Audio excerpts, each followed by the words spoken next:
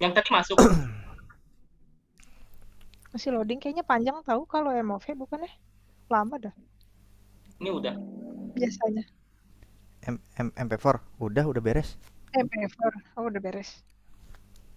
Ya udah, ntar kita itu aja. Ntar aja nonton barengnya, ntar aja terakhir. Melihat diri sendiri. Memalukan. Malu tahu. Lagian lu pada bercanda aja nah. Udah direket belum coy? Itu udah recording dia tuh. Mana sih udah? Oh udah. Udah itu. Oh ya, ya udah. Oke baiklah. Oke kita mulai lagi. Selamat pagi teman-teman. Terima kasih. Untuk proposal yang selanjutnya yang akan kita presentasikan yaitu penerapan aplikasi Vina akuntansi untuk perusahaan distributor. Ini saya share ininya dulu. Oke. Nah, untuk bagian yang pertama itu adalah latar belakang.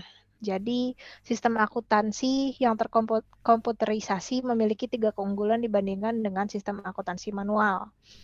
Nah, keunggulan yang dimiliki itu adalah yang pertama, sistem yang terkomputerisasi membuat proses pencatatan sampai laporan keuangan perusahaan itu jadi lebih sederhana dan lebih mudah. Transaksi tersebut akan tercatat dalam form dan terproses dalam waktu yang sama di dalam proses pencatatan akuntansi lainnya seperti buku besar atau jurnal. Yang kedua itu adalah proses yang terkomputerisasi lebih akurat daripada sistem pencatatan manual. Yang ketiga, sistem dapat membantu menyediakan informasi laporan posisi keuangan yang telah diperbarui yang dapat digunakan oleh manajemen untuk mengambil sebuah keputusan. Dikarenakan sistem manual itu cukup lamban dan kurang luas aktivitasnya untuk melakukan atau melaksanakan proses, biasanya memerlukan waktu yang cukup panjang. Akan tetapi, dalam suatu sistem pengelolaan elektronik, laporan keuangan bisa disusun setiap saat. Seiring dengan makin berkembangnya industri software, semakin banyak perusahaan yang membeli software karena kemudahan ketersediaan software dan biaya yang lebih murah. Vina Software Akuntansi ini merupakan satu-satunya aplikasi akuntansi berbasis Windows di dunia dan merupakan aplikasi akuntansi yang dapat di-customize dengan cepat. Kemudian aplikasi Vina sendiri seperti aplikasi replika dari Accurate. Keunikan fitur Vina ini cocok untuk digunakan oleh perusahaan dari skala UMKM hingga multinasional. Oke. Ini masih aku ya? Kamu tadi berapa sih? 3, 4. Oke, kita lanjut aja.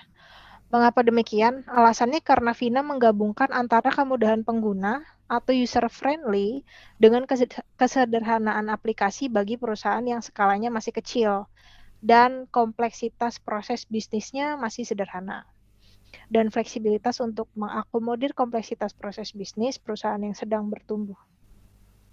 Vina Software Akuntansi sendiri juga sangat cocok untuk perusahaan yang bergerak di bidang industri distribusi MFCG atau Fast Moving Customer Goods karena perusahaan tersebut mempunyai kebutuhan yang unik dan kompleksitas.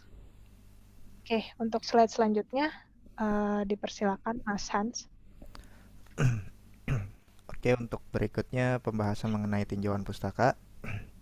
Di sini komputer akuntansi merupakan pengguna komputer dan perangkat lunak akuntansi untuk mencatat, menyimpan, dan menganalisis data keuangan, sehingga menjadi sebuah laporan keuangan yang dapat membantu dalam mengambil keputusan suatu bisnis. Sedangkan komputerisasi sendiri adalah perubahan mekanisme pengolahan data dari manual menjadi otomatis dengan menggunakan media komputer. Kok di close? Sorry. Ya? Maaf. Di close. Bentar, ketutup. Maaf. Sedih. Jar sedih. Tadi sampai tinjauan pustaka. Maaf ya teman-teman. Aduh Bu, mohon maaf kecelakaan fatal ini Bu. Maaf ya Bu. Silakan dilanjut Mas Han. Mana share screen-nya ya? Oh iya, Iya, Kacau. kacau. benar sama. Mohon maaf. Aduh. Nah, Udah dapet yang susah lagi.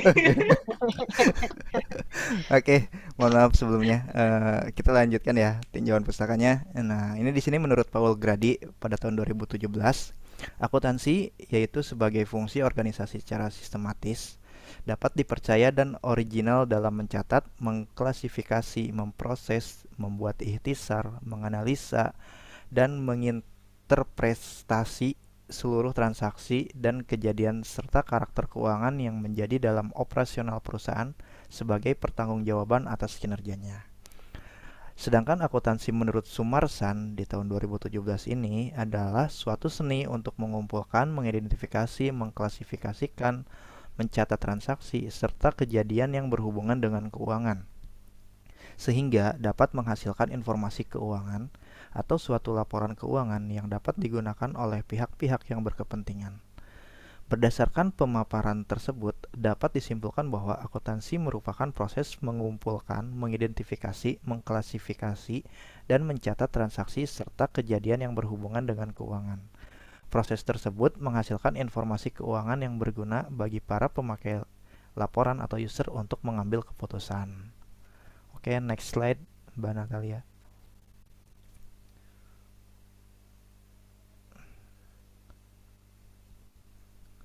Oke, di sini siklus akuntansi menurut Bahri ya pada tahun 2016 merupakan tahapan-tahapan yang dimulai dari terjadinya transaksi sampai dengan penyusutan laporan keuangan sehingga siap untuk pencatatan berikutnya.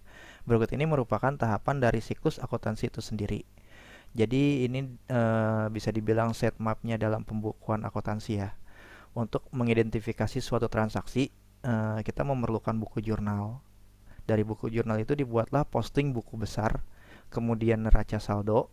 Setelah terbuatnya neraca saldo, dibuatlah sebuah ayat jurnal penyesuaian. Kemudian neraca saldo itu setelah dibuat penyesuaian akan membentuk sebuah laporan keuangan. Nah, pencatatan dan posting jurnal itu setelah pembuatan laporan keuangan nanti maksudnya di sini setelah laporan keuangan itu nanti akan dilakukan pencatatan dan posting jurnal. Lalu penutupan, kemudian pembuatan neraca saldo setelah penutupan. Biasanya ini di akhir periode, setiap akhir bulan, di awal bulan, di renggang waktu 10 hari biasanya sih ya. Kalau bisa dikenal sih dengan sekarang itu istilah closing book ya. Oke, next Mbak Natalia.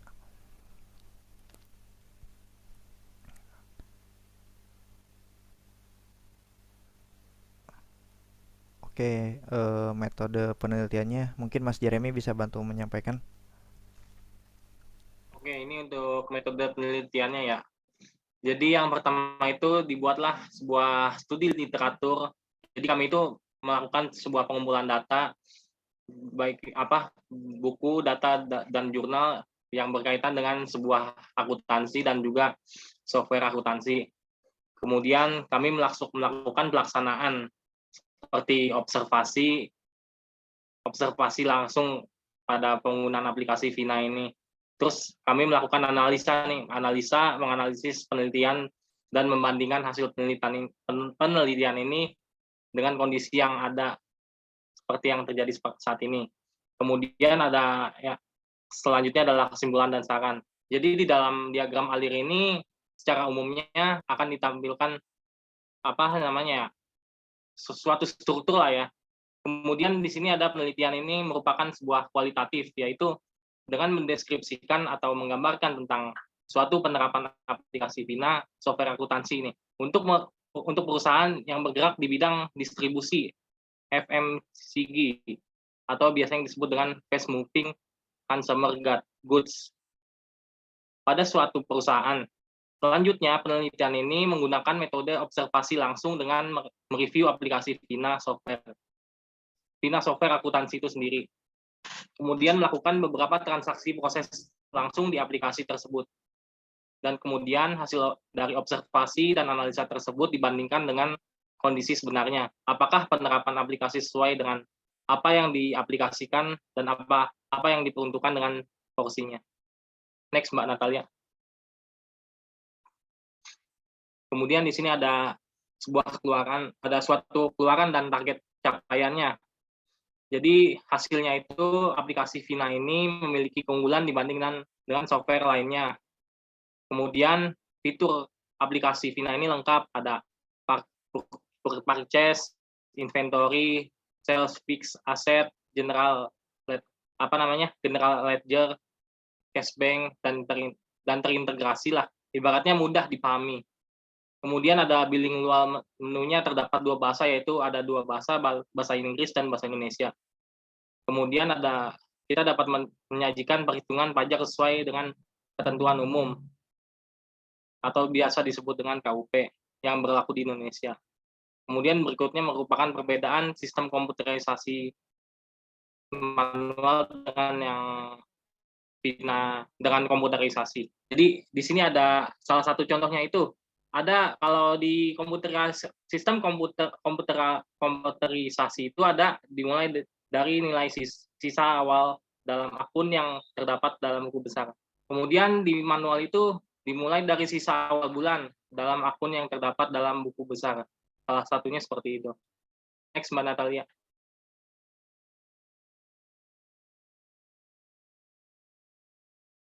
Kemudian ini ada target capaiannya ya. Dikarenakan proposal ini berisi cakupan dari hasil penelitian mengenai aplikasi atau software program yang sudah tersedia dan sudah dapat diimplementasikan secara langsung, maka target capaiannya itu adalah menyelesaikan proposal sesuai dengan metode yang dilakukan.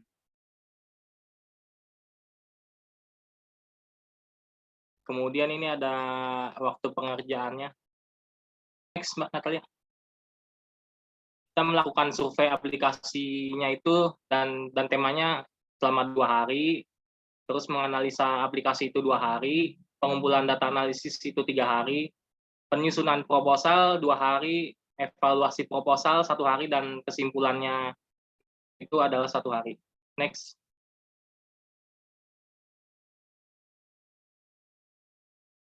Ini daftar pustakanya yang kami kutip. Oke. Nah, yang selanjutnya ini kembali lagi informasi riwayat hidup dari kelompok kami. Sekiranya mungkin bisa dicek sendiri ya, dan tidak perlu dibacakan.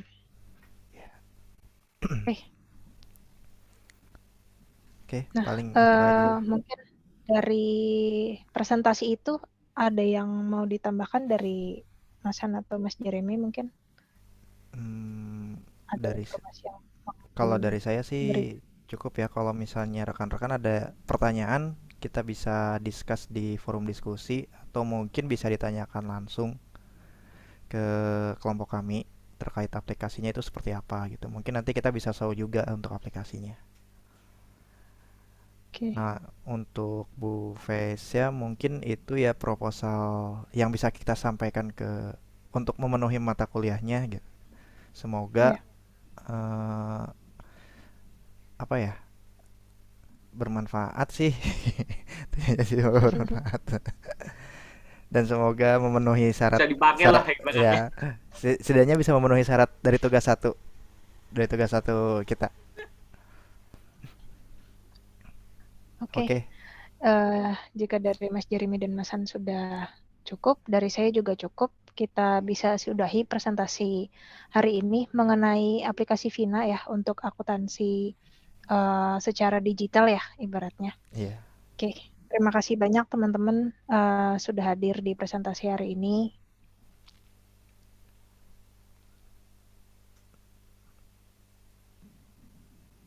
Oke, terima kasih semuanya. Oke, penutup. Oke, terima kasih semuanya.